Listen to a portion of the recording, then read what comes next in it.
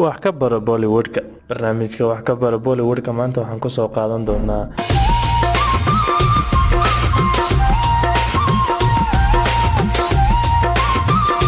Makhan oo ka hadlay xididka waaweyn oo maanta sameeyo kuwaasoo aan waagii hore ee uu fanka ku soo biirayay aan looga baranin. Salmaan ayaa wax laga weydiiyay maanta xididka weyn ayuu sameeyaa balse barigii hore sidaan oo kale uma sameyn jirin xidid weyn.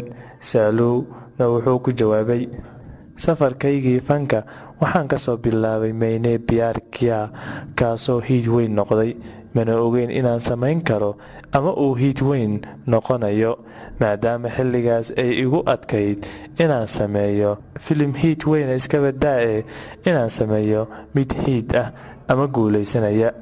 balse waxaan haysanay atoore xilligaas xidid weyn samayn jiray kaasoo aan ku dayan jiray, cid kale ma ahan, waa Aamir Khan. xaqiiq ahaan waxaan mar walba isku dayi jiray inaan xidid weyn sameeyo sida Aamir oo kale, haddii kale waxaan ka baqi jiray inay igu qoslaan reer Bandra oo ah xaafadda uu Salmaan Khan ku soo koray. sidaa awgeed xidid weyn raadis ayaan ahaa si la iigu qoslin, Aamirna aan isaga baraajeeyo.